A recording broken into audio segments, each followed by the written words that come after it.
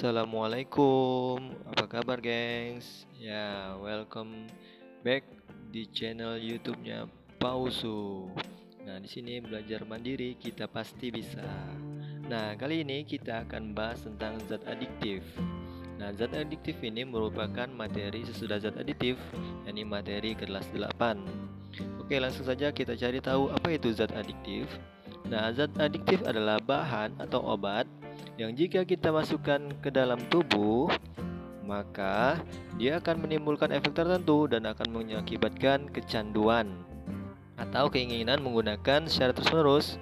Nah, tetapi bukan kecanduan main gadget ya.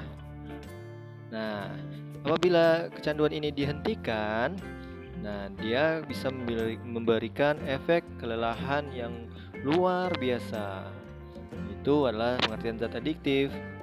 Nah, zat adiktif itu terbagi menjadi 3. Yakni pertama, zat adiktif bukan narkotika dan psikotropika. Nah, yang kedua, zat adiktif narkotika. Selanjutnya, yang ketiga, zat adiktif psikotropika. Nah, contoh dari yang zat adiktif yang pertama, yakni seperti teh, atau kopi, kemudian rokok, selanjutnya minuman beralkohol ataupun bius. Nah, contoh dari kelompok yang kedua yakni bisa ada ganja, morfin, kokain ataupun opium, disebut candu juga. Nah, contoh zat aditif di kelompok ketiga yakni ada ekstasi, kemudian ada sabu-sabu, diazepam,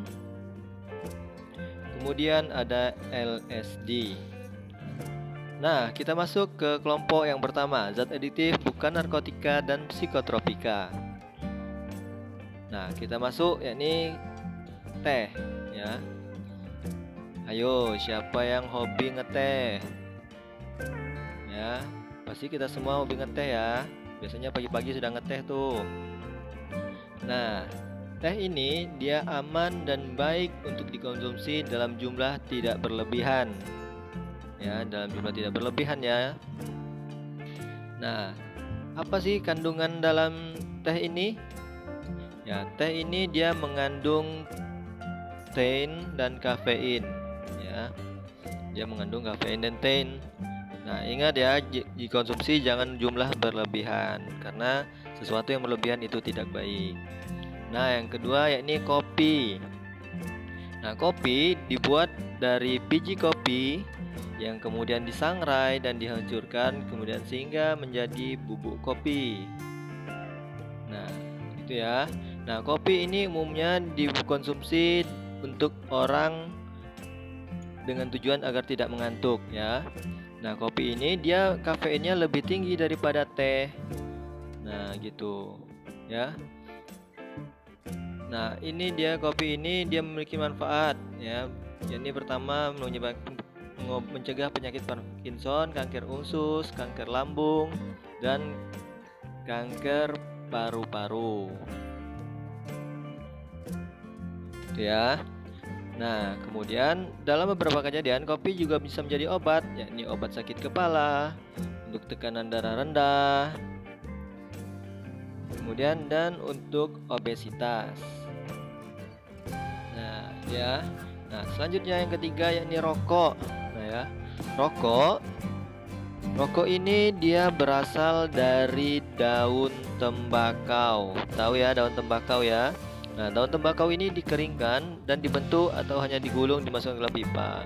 Nah, racun utama pada rokok yang ini adalah tar, nikotin, dan karbon monoksida.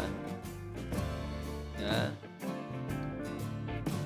Nah, jadi jaga kesehatan paru-paru kita ya.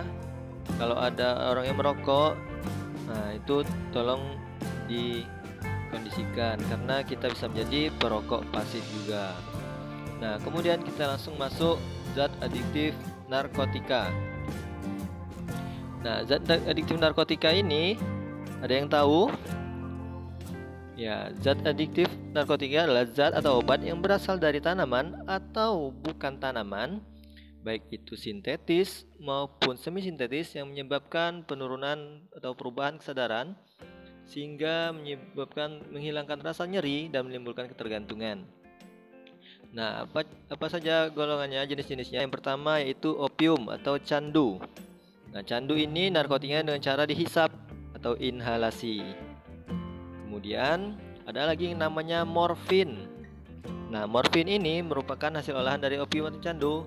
Dia rasanya pahit, bentuknya bentuk tepung halus berwarna putih atau dalam cairan berwarna. Nah, kemudian heroin. Heroin ini lebih kuat daripada morfin, ya.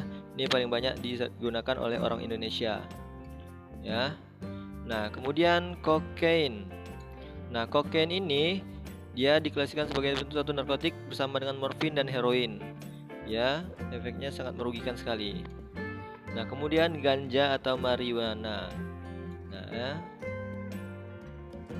Mungkin kita sudah pernah melihat ya di TV bagaimana bentuknya.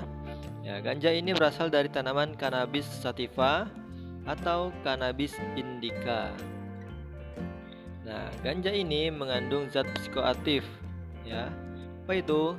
Zat yang dapat mengaruhi mental, emosi, dan tingkah laku si pemakainya.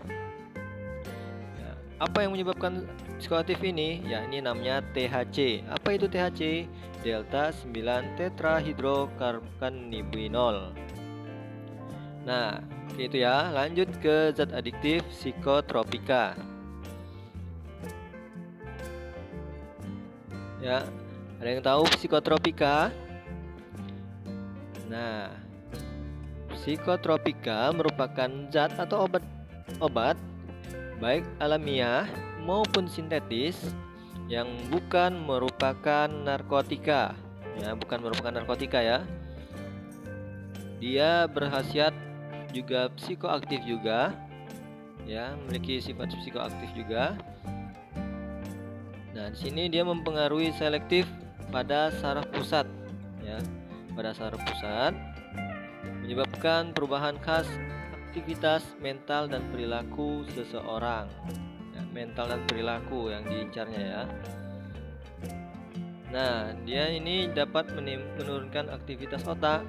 Nah, itu ya.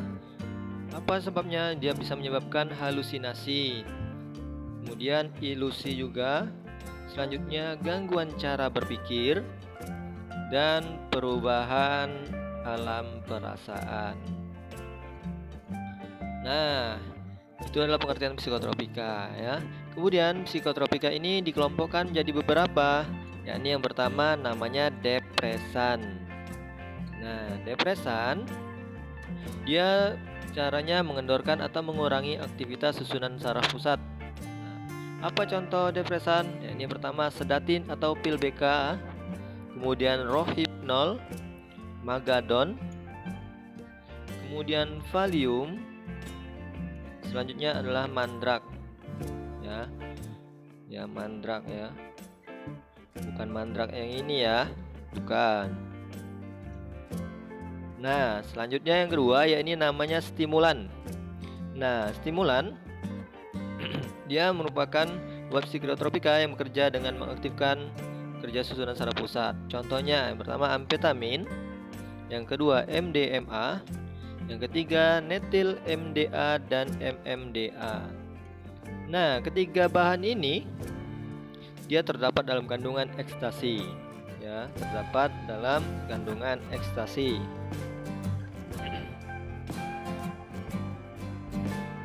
Nah, selanjutnya kita masuk kelompok yang ketiga, yakni halusinogen. Nah, halusinogen ini dia merupakan obat psikotropika yang bekerja dengan cara menimbulkan perasaan halusinasi atau khayalan. Contohnya adalah LSD. Apa itu LSD? Yakni lysergic acid diethylamide. Kemudian psikolobin, mikralin. Nah, itu ya. Nah, sekarang bagaimana kita mengetahui ciri-ciri orang yang bergantungan nabzah atau narkotika, psikotropika, dan zat adiktif lainnya? Yang pertama, badannya kurus ya. Tapi tidak semua badan kurus dia termasuk bergantungan. Kemudian dia mudah berkeringat. Kemudian suka kejang-kejang dan napasnya berdegup kencang. suhu badannya tinggi, kemudian jantungnya tidak berfungsi dengan baik, denyut nadinya sangat cepat melebihi batas normal, normalnya 60 denyut per menit, dan suka muntah. Nah, bagaimana cara menghindari dari nabzah? Ya, ini pertama, kita harus paham dulu akibat yang ditimbulkan. Ya.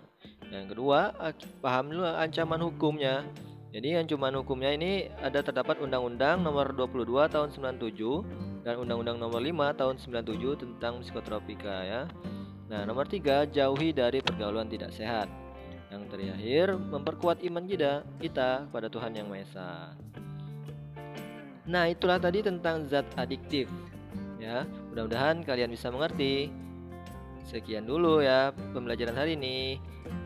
Wassalamualaikum warahmatullahi wabarakatuh.